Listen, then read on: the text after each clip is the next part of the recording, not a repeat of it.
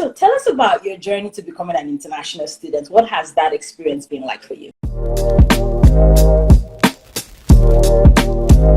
So, a fun fact, I attended Lagoon back home in Nigeria. Okay.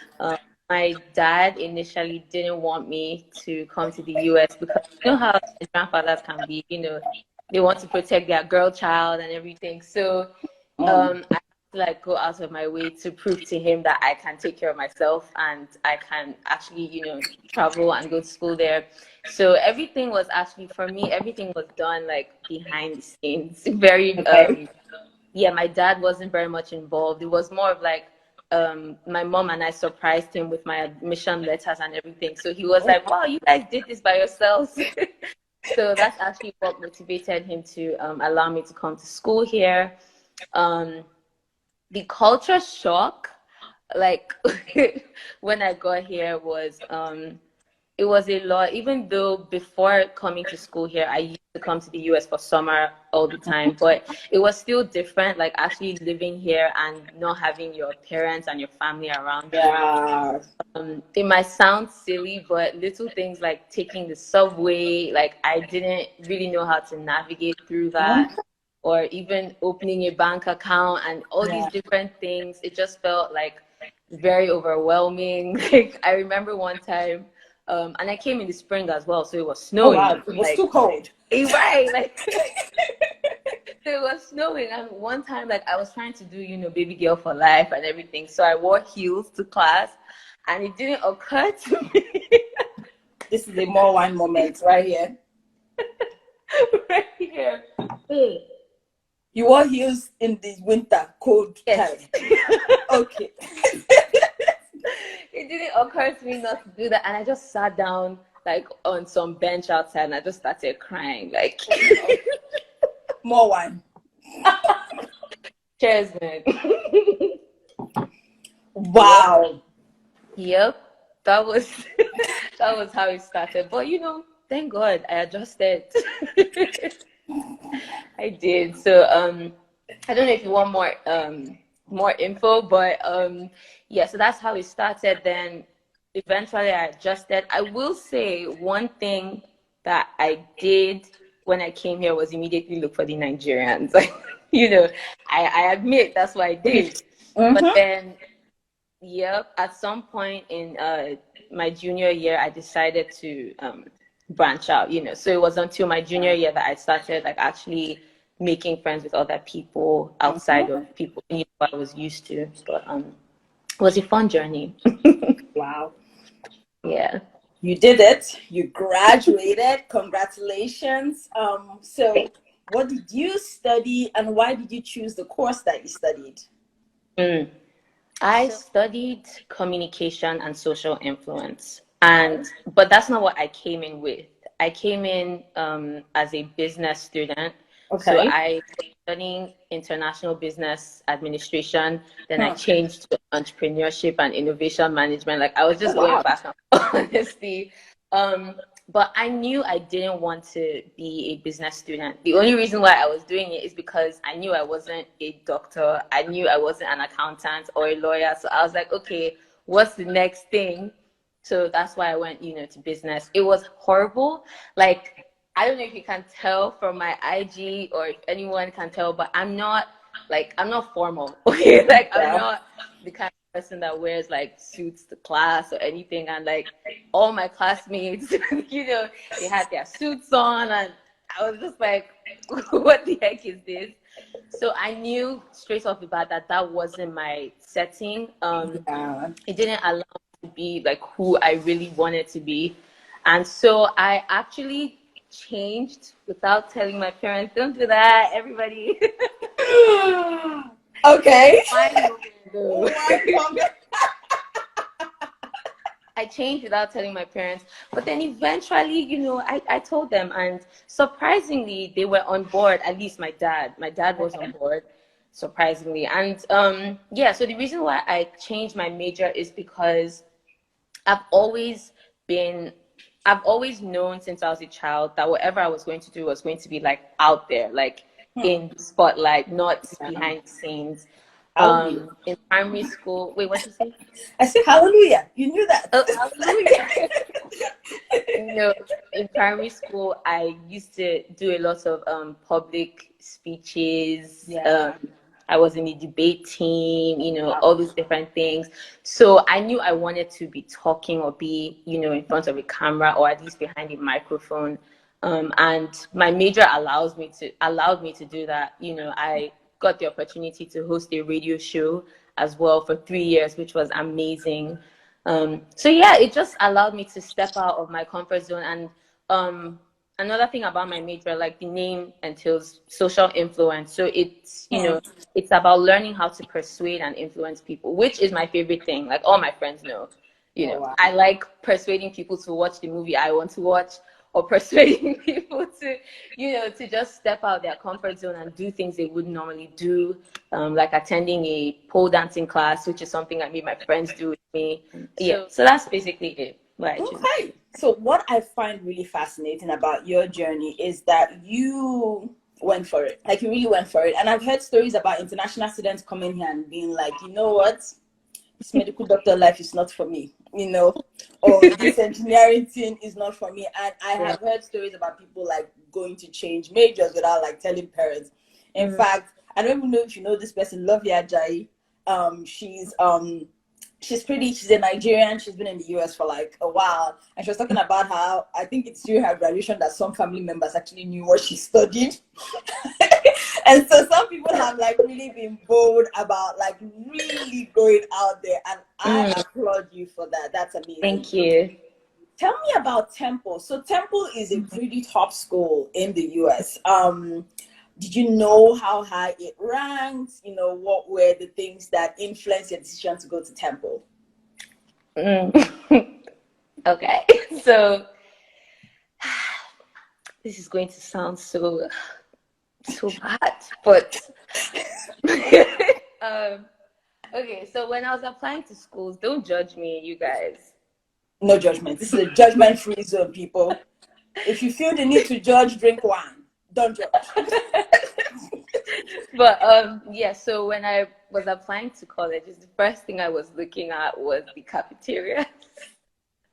Because I'm a foodie, okay? Yes, that's a big thing. Yes.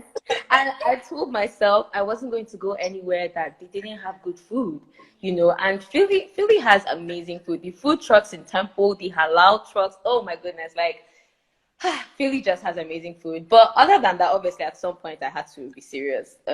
So other than that, I was also looking at schools that were, they had good business programs, because that's what I initially wanted to study. Okay. And another thing that was important to me was I wanted to be in an urban area.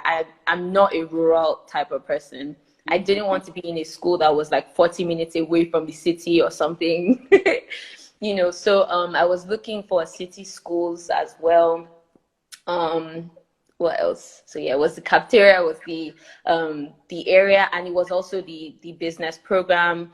I also wanted somewhere that had a good diversity ratio, somewhere that there was a good percentage of, people from different cultural settings and different races as well. I didn't want somewhere that was predominantly like one particular race or anything. So Temple really just really met all those, like qualifications, and I knew, yeah, this is where I wanted to go. Okay, that's amazing. Congratulations, you recently graduated. So what are you up to currently? What's going on in your world? What's going on in my world? So right now, actually, I'm focusing on, doing interviews, applying to different places. I had a job like coming out of college, but I quit. I know it was the first time that I ever quit a job or anything like that. So it was very hard, but I knew that it wasn't where I was meant to be. So right now it looks like there's promising opportunities that I'm really excited for, and I've made the decision to not settle, just because the truth of the matter is, for all international students, we don't know where we're going to be a year or two from now. So I'm going to use the time that I have to get the experiences and the skills that I actually want to get, and not just be miserable in a position or a career that I don't want to.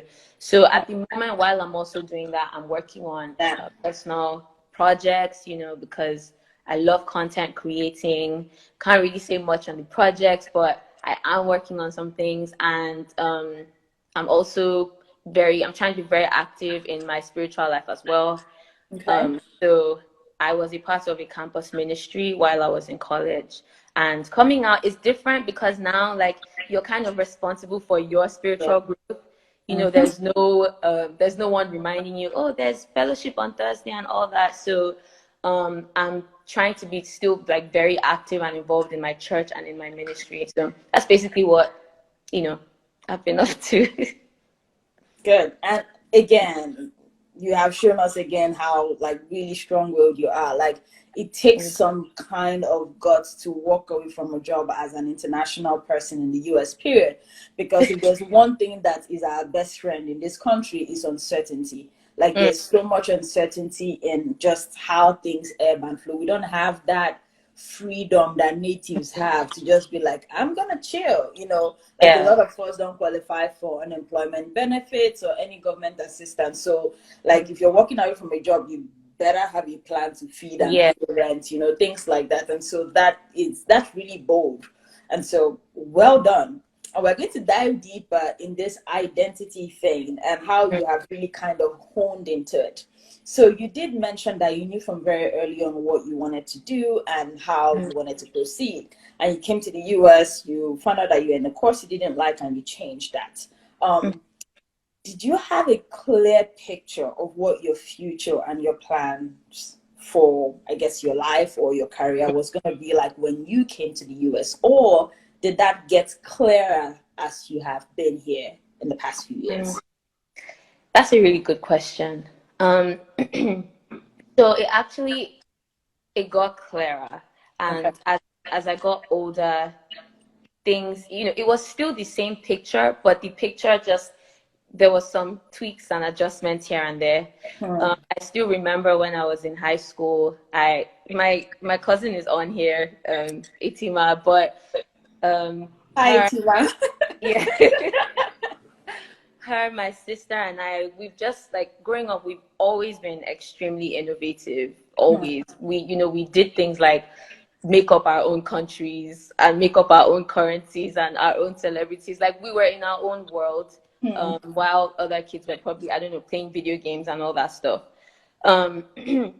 So before I came to college, like, I had all these business ideas and all these. That's another reason why I thought I was supposed to be in business.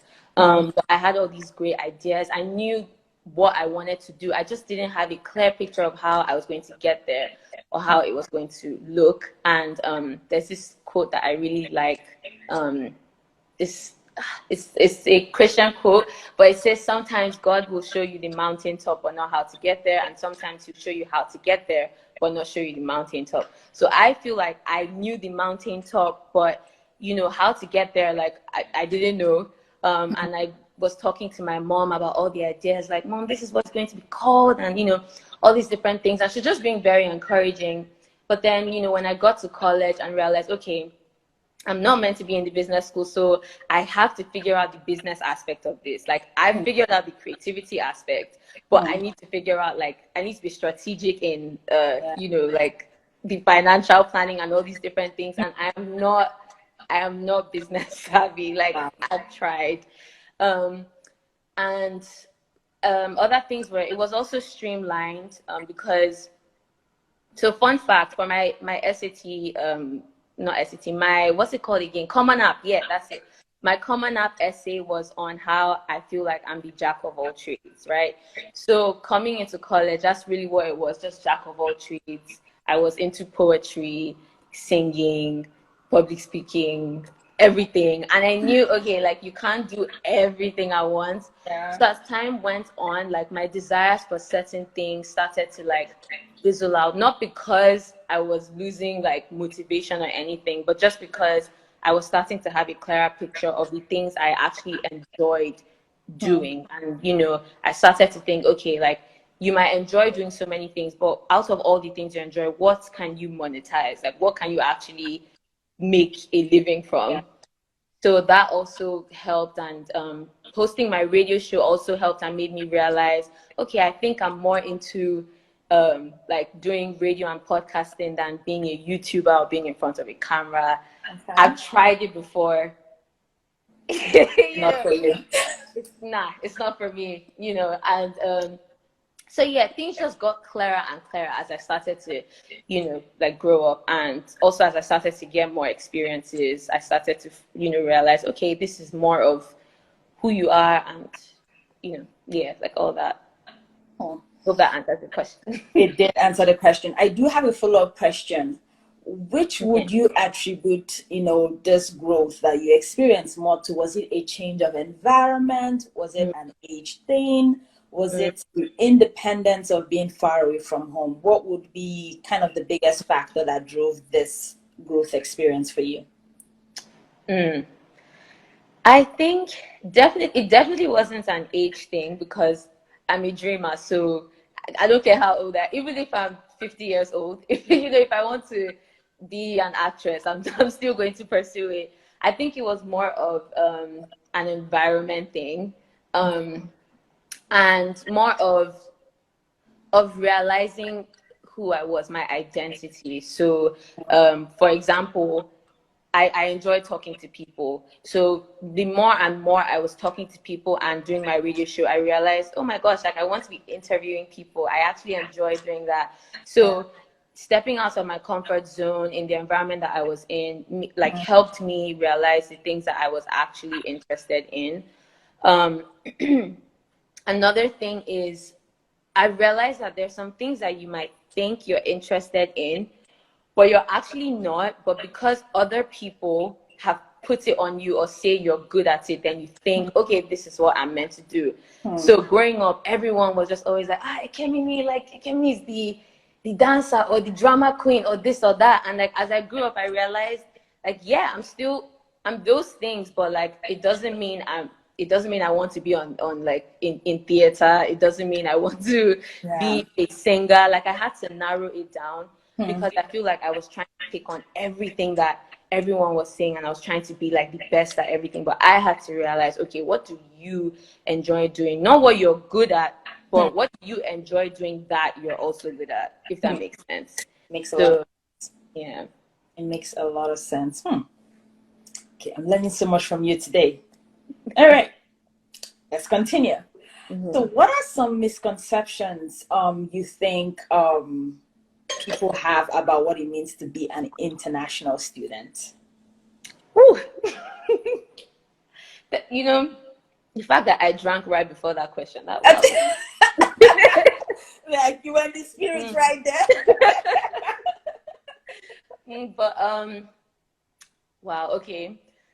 Well, one is, people, especially, this is for people back home, they always just think that because you're an international student, you just have, yes, you have more opportunities, yes, but they just automatically think that your life is better. Like, you're done, you've made it. Oh yeah. When you arrive at the airport, they're like, welcome to America, here's your bag of money, proceed.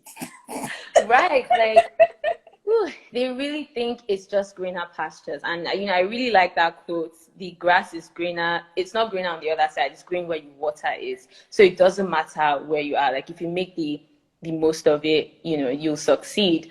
And the funny thing is, sometimes I actually feel like the people back home have sometimes like more opportunities than I do, because if there's one identity crisis I faced, it was being here and not feeling like I belong here, and then going back home, and because I've been here for too long, I don't fit in there either.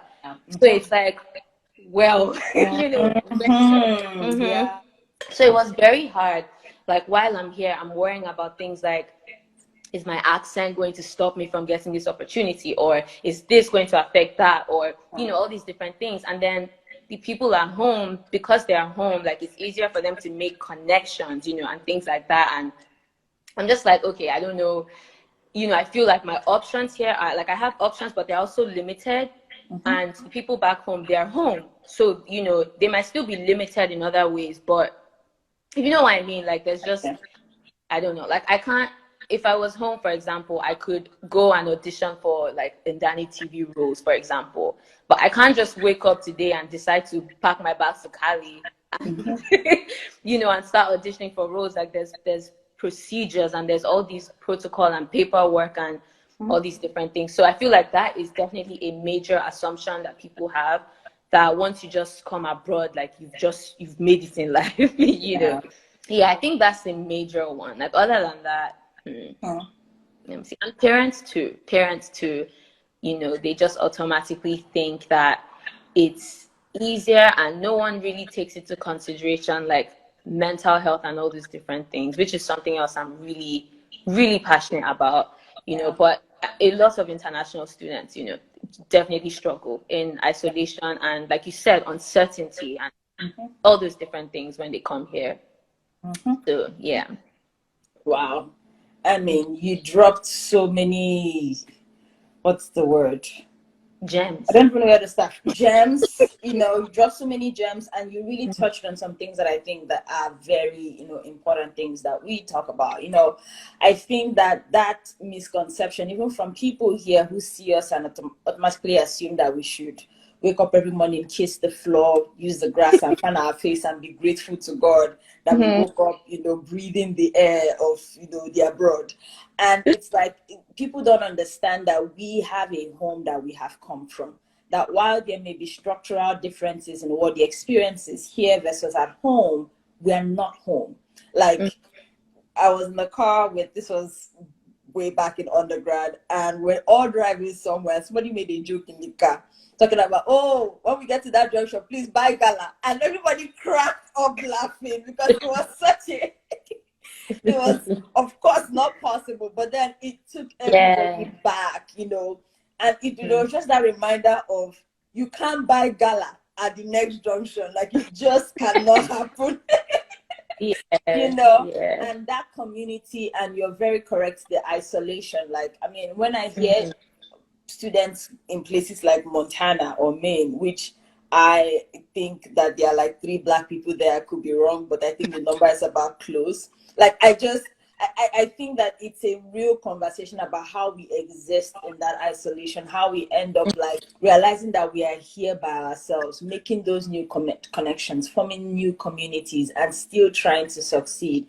And that misconception of you're fine, you're okay, or family members or friends hitting you up and being like, you send me money, send me this. And sometimes it's hard to explain that, like, I'm working at this thing just as you are. Like, if you're broke this month, I am too. Like, we're just in different locations expressing the brokenness, and that sometimes is hard to understand. So I appreciate you sharing that. All right. So how and when did you start to really hone into your identity? Like who you considered you are, right? We've talked about the background, the misconceptions, you discovering yourself. When did you get to that point where you're like, okay, this is a Kemini, this is who she is, regardless of the noise around? That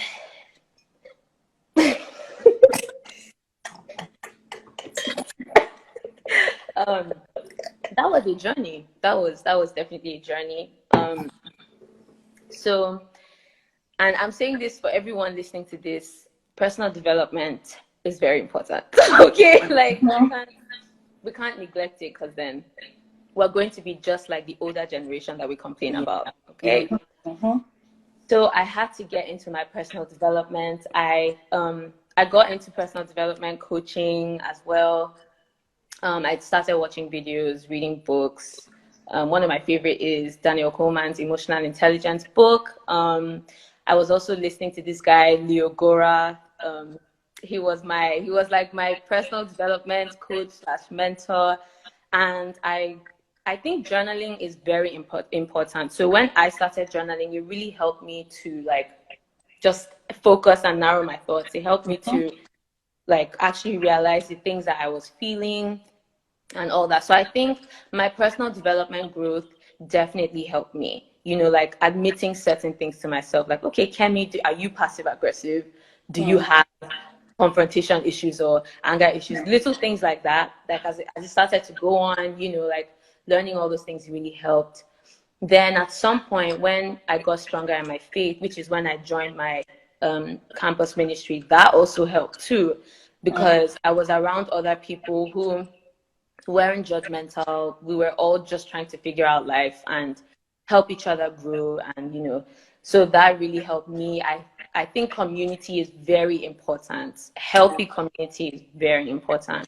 So that just helped me. So when I said little things like, oh my God, I'm so like, I'm such a, like, you know, little things like, oh, I'm so dumb. And then someone is like, no, don't say that. You're not dumb. You're this and you're that. And so, little things like that also really helped. I have a very strong backbone in my family as well. My mom is awesome. She's always. Let's just cheers to moms and the free therapy that they gave us, you know, 1 a.m. at night. My mom also really helped. So a combination of my personal development journey, my spiritual, you know, journey as well, and then my family all really helped. Journaling really helped. And I was just able to like really work on myself.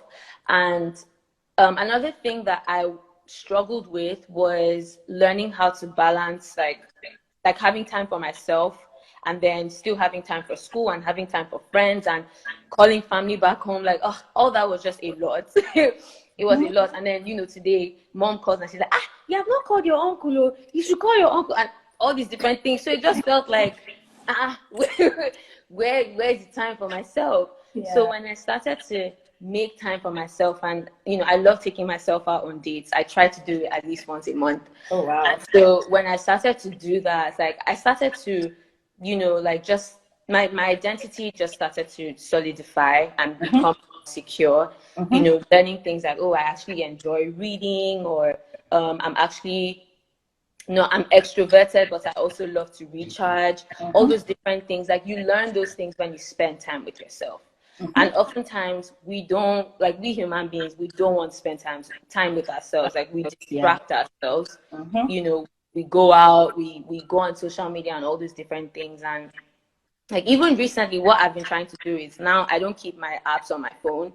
Like when I'm done using them, I delete them, because if it's on my phone, I'm just going to keep going back and going to spiral. Exactly. And you need time to yourself. So that helps you figure out your identity. And that's just how I was able to figure out mine. Personal development, I am.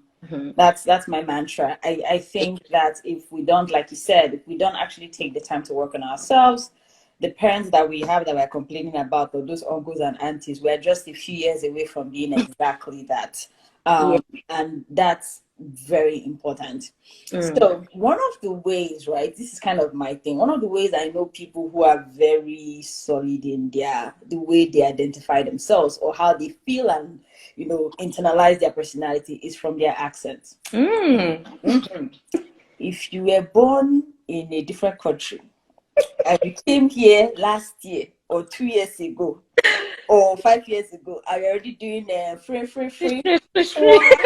You know, pass me the bottle. Move my laptop. I know that's okay. I know that's all right. It's all right. I appreciate the American citizenship. I'm just going to move the other side. And I noticed that, you know, you've been here at least 4 or 5 years. And so like, and you still sound Nigerian. And I know that you have to be intentional about saying water. If you don't understand what I said, I'm going to spell it for you. WATER. That's what I, you know, like things like that. Like just being very, this is how I talk. This is who I am. I embrace my identity. The way I sound is not inferior to the way you sound. It's just different. And it's a mindset thing. And for some people, they do it unconsciously. For some other people, it's intentional. Like me, I'm like, I am never, this is always how Winifred Adobara is going to sound. Like, it's not going to change. I've been here going on 12 years. Like, catch me tomorrow, catch me next tomorrow. This is the voice. You take it or leave it, you know? And so, like, what have you done to really keep your Nigerianness and maintain that authenticity of who you are and not let this different country, change you? Yeah. Ooh, that question. Like, the funny thing, and I think it's just because of my personality and how stubborn I can be. The funny thing is, I feel like I became more Nigerian when I came here. Yes. Because I had to let them know, you understand, that I'm not, this is who I am. Funny thing is, my American friends, they started saying things like, now, wow, Sha, but because eventually, if they wanted to have conversations with me, they had to like ask questions like, what does this mean? Or what does it mean when you say Ewo? And all these different things. And another thing is I had to learn to be comfortable with people not knowing things and people asking questions. And the truth is, a lot of us don't want to hear that. We want to find a reason to get offended when someone is like, oh, what's this that you're eating? What does this mean? And like, of course, there's some ways that people do it that is rude. Yeah. But if someone is genuinely just curious and, is asking questions about culture, I'll answer those questions because it helps me to even like, it just reminds me that, wow, like, I have a culture, like, yeah, it just it reminds me all those things. And I actually have a particular friend, Tochi, and I found out that she's half Akwa Ibom, basically. And so that made me so happy. So now, like, we speak Ibibio to each other, wow, sometimes just to try and like not lose that, that language or that accent. Yeah. So yeah, I've been in like some situations where, like one time I went to a restaurant and I was like, "Can I have water?" And she was like, "Huh?" And I was like, "Water." She was like, "Huh?" And then I was like, "Water." And then she was like, "Okay." And things like that, like, I mean, it was irritating, but I was just like, you know what, it's fine. Like, what I'm saying.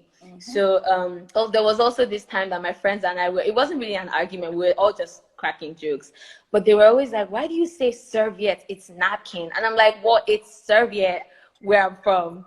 And then, yes, I say, what's it? Cutlery. Yeah, cutlery. And they're like, it's silverware. I'm like, look.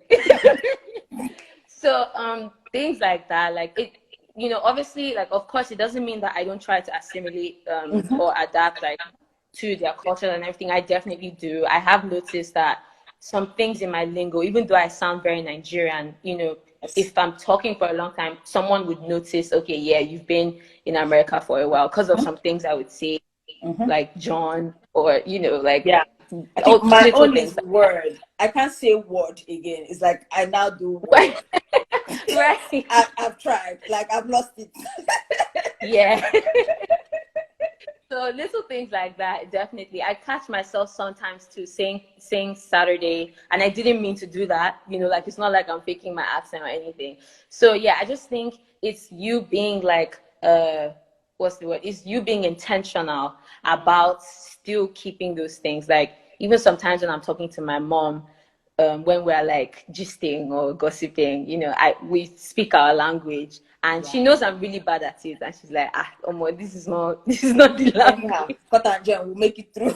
We make it work. So yeah, that helps. Wow, that is amazing. I am half Yoruba, half Igbo too. And so there is this, I have a sentimental attachment. I speak my mom's language fluently. My Yoruba is a little bit on the shaky leg side. And it's when we talk, like, I want to speak that language to her because it's like she's one of the few people that I get to talk to that I can speak the actual dialect. And I don't want to lose it because I'm like, this is my thing. And there was really a time at the airport, both of us were traveling. And my mom is very suspicious of that whole border process, the different lines. She doesn't like it. It doesn't sit well with her. She's just very uneasy about it. And so all her questions and all her conversations with me on that line is in Isu Arochukwu. That's all we talk. And there's something about it that is just, this is our own little bubble. Like, anything that is uneasy or uncomfortable, we can communicate it between ourselves, and the person in the front and the person at the back don't understand what we're saying. And I reflected on that a while ago, and I was like, that's so special. And I hope that international students coming from all parts of the world know that you don't have to give up your culture or identity to fit in. Like, you don't have to sound a certain way or look a certain way, or you can just be you and be an improved version of yourself. Just like you say, it doesn't mean that you won't learn new things or adapt in different ways, but don't ever feel like you need to be in a certain mode or way to fit into the society, because that's not true. And Ekemini is here to tell you that he's because even if you do it, anybody will know. One day, as you're doing this French, you will mistakenly say "hapo," and everybody will still know. So, you might as well just stick to who you are. Girl. That's how we're going to IHOP one time, like that. And this Yoruba friend was in the motor, and she was trying to do the American accent, but she also had the H factor thing going on. And the next thing I heard was, "Are we going to HIHOP?" And I just remember thinking, so now we're kind of going down like our question list. So the next question is, how and when have your dreams not aligned with your stay or your presence in the US? What have been, or what has been some experiences that, what you wanted to do and what the system was saying or the environment was saying just did not match up well? So many times. I think, like, for international students, there's a unique heartbreak. And that heartbreak is, every international student can relate to this. When you're applying for jobs and you're just praying, let it not be for US citizens only, let it not be for US citizens only. And there's that heartbreak when you just see the US citizens.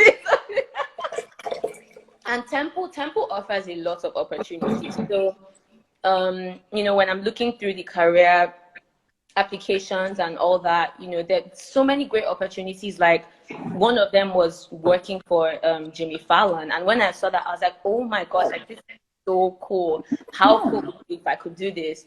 And then I'm trying to apply, and it says, oh, for US citizens only, and I'm just there like so things like that. Definitely, that's when you start to realize, okay, you start to think, maybe I should dream a little smaller, or like, maybe I just can't get this opportunity and all that. I'll never tell anyone to give up, but I'm also a very realistic person. So while I'm chasing my dreams, I'll also be chasing, like, what can feed me. You can do both, and eventually at some point it will align. It will.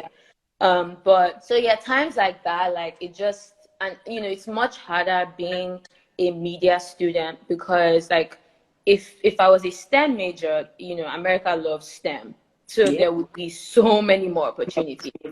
But being a media student is just much harder, because if they wanted a radio personality, they could just get one of their own, all that. So you have to literally stand out, and that's why social media is, it's still important, even though it can be problematic and addictive. Still important, because platforms like TikTok or Instagram or I don't know, like, whatever platform it is, you could blow, for lack of a better word, you could blow. And through that, people can see you and realize, okay, we don't care where you're from, we want to work with you. So, for that reason, that's why I say, don't limit yourself. Like, even if the dreams don't align, there's still many other avenues, still many other platforms.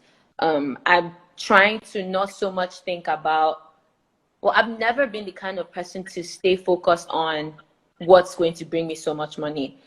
The truth of the matter is, my parents don't like this, but I don't really care about, like, I don't really care that deeply about being a millionaire or anything. I just want to do what I'm happy doing. And I just believe that eventually, if I'm good at it, it's going to bring, money. So yeah, those were the times when the dream thing, it just was, so I decided, okay, let's not focus so much on, like, you don't have to pursue your dream out there in the, like, in that industry. You can start small from your phone, or, like, doing those little things, and eventually, like, you will get, to where you're supposed to get to. Snap. That's really good. And you're right. I can't. those internships, those Oh, jobs, those like I'll be so excited from the top, and then I'll just be like, okay, it's coming, it's coming. and then you Yeah. see it, they'll put star, US citizen, Oh, that's star. scary. It's just, it's a unique kind of Mhm. heartbreak. It's just, you're like, check, Yeah. and you're like, oops, But yes, and Yeah. I think just both of us being here having this conversation is a testament to the fact that there's always a way around it. Like, it may not go Mhm. exactly how you're thinking, but where there's a will, there's a way. And social media and the internet has created a way for people to really map out their own pathway. And I think that that in Yeah. itself is truly amazing. All right. So we're Mhm. in the winding down part of things. What are your biggest lessons so far in life? Mm. Number one would be what my mom always told me growing up: remember your last name, remember where you're from. I actually, like, when I was younger, I didn't really care about what she was saying. But now that I'm older, yeah, I always remind myself. Sometimes it's very easy to get carried away. One thing that you can definitely get carried away with being an international student here is the freedom, okay? Mm, You can definitely get carried away. It doesn't matter how good you are. And yeah. so, like, I have to be honest with myself and look myself in the mirror and say, okay, remember who you are. It doesn't matter what everyone else is doing. It doesn't matter. What are your values and what are you supposed to be doing? Mm, That's a major one. Second one, this one, I feel like everyone needs to understand this. Not everyone you come in contact with has to be your friend. It's okay for some people to be acquaintances, and it's okay. Like, mhm, um, not everyone that you vibe with. This word vibe. Everyone mhm, loves so much. yeah. Everyone is supposed to have sleepovers with you, and you're not supposed to go out with everyone. Do like everything with everyone. So I'm learning that, like, it's okay to realize what different relationships are for. Like, Mm, it's okay. I have people that I look at as my mentors, and so the relationship is different. I have my friends, the relationship and the commitment is different. And then I have my acquaintances and all those different things. But I feel like people just, like, even in the work setting, people go to a work setting and suddenly think that, oh, because that person is talking to you about your coworker, that you guys are friends. friends, yeah. So Mm, yeah, not everybody should be in that friend category, and that's okay. yeah. So I think that's another major lesson. And then the third one, and I know it sounds cliche, but it's the truth. Like, your happiness is in your hands. Mm, It's just the truth. yeah. You can. Oh, there's this quote. This is my favorite quote. It's by Marcus Aurelius. I'm not sure if I'm pronouncing it right, but the pain you're feeling is not due to the pain itself, but to your estimate of the pain. Mm, So it's how like, I'm sure we can relate to this, where you might have injured yourself and you weren't feeling anything until you looked at it and realized, oh my gosh, I'm injured, and you were feeling something. So you are the one who estimates how powerful something is in mm, your life, and so, like, use that to navigate life. Like, if you ever experience any hurt or pain or anything like that, like, always remember it's your estimate of the pain that determines the extent of the correct. pain. So yeah, those are three things I would definitely say. You are such a wise young woman. Thank you so much. Thank you so much. I particularly like the third lesson, and Mm. there is so much that can be said about that, especially for us as international students, professionals, foreigners, period. And with all the things that we have to encounter that will be different because of the journey that we have chosen. And just kind of reminding yourself that those setbacks and those things, are just as powerful as you make them. It's pretty timely with all the laws and rules and restrictions that have been passed this year, for example, and how that has just Yeah. reshaped people's lives up and down. And people that have reached out to me, like, my message is always the same: this thing we'll get through it. But it's your choice to let it ground you or to figure out how to move past it and use it as another stepping stone to move forward. Wow. Yeah. Honestly, there is so much that we can talk about, but I know that we said this was going to be 1 hour. So what's going to happen is right now I'm going to blackmail you into agreeing to come back again on Winie Student World at some point, and we'll continue this conversation in a different way. So is that a yes? Yeah, of course. Of course. We can officially wrap up. Okay, thank you very much, Precious. Take note of that. All right, so we're in the wrap-up section of things now. I am truly grateful that I got to meet you and talk with you. And thank you for coming up. Thank you for having me. Yes, cheers to that. Cheers.